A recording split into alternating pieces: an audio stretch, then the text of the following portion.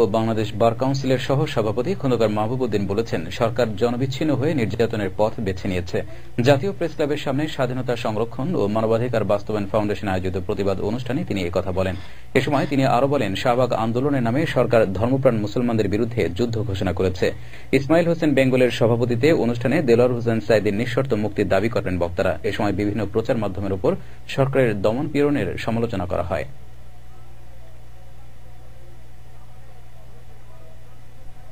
বাংলাদেশে মানবাধিকার নাই, বাংলাদেশের মানুষ আজ অধিকার বঞ্চিত।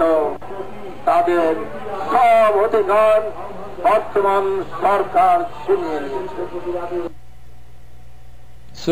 সুপ্রিম কোর্ট আইনজীবী সমিতির নির্বাচনে জাতীয়তাবাদী সমর্থিত নীল দলের প্যানেল নিরঙ্কুশ জয়লাভ করেছে। সমিতির 14টি পদের মধ্যে সভাপতি, সম্পাদক সহ 13টি পদেই জয় পেয়েছে তারা। একটি মাত্র পদে জয় পেয়েছে সাদা দলের আওয়ামীপন্থী সম্মিলিত আইনজীবী সমন্বয় পরিষদ। বিস্তারিত জানাচ্ছেন মোহাম্মদ শাকিল উদ্দিন।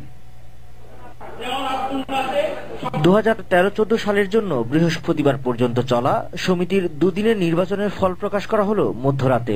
তবে অনেক আগে স্পষ্ট হয়ে গিয়েছিল ভোটের ফল। 14টি পদের মধ্যে 13টিতেই জয় পেয়েছে বিএনপি জামাতপন্থী প্যানেল।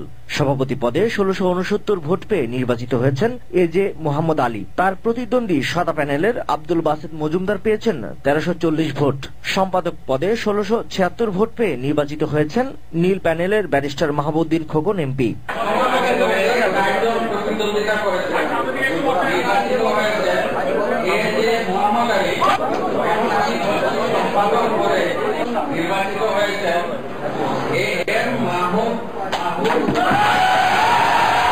নির্বাচনের ফল ঘোষণার পর নীল প্যানেলের আইনজীবীরা এই বিজয়কে গণতন্ত্রের বিজয় বলে দাবি করেন।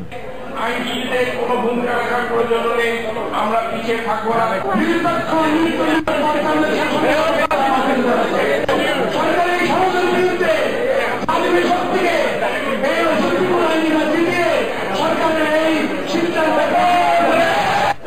বাংলাদেশে যদি এইভাবে নির্দলীয় নিরপেক্ষ নির্বাচন হয়,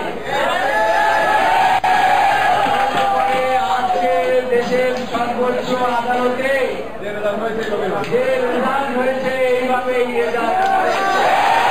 দেশের আইনজীবীদের সর্বোচ্চ এই সমিতি নির্বাচনের ফল প্রমাণ করে সরকারের জনপ্রিয়তা একেবারে তলানিতে চলে গেছে বলে মন্তব্য করেন নীল দলের আইনজীবীরা।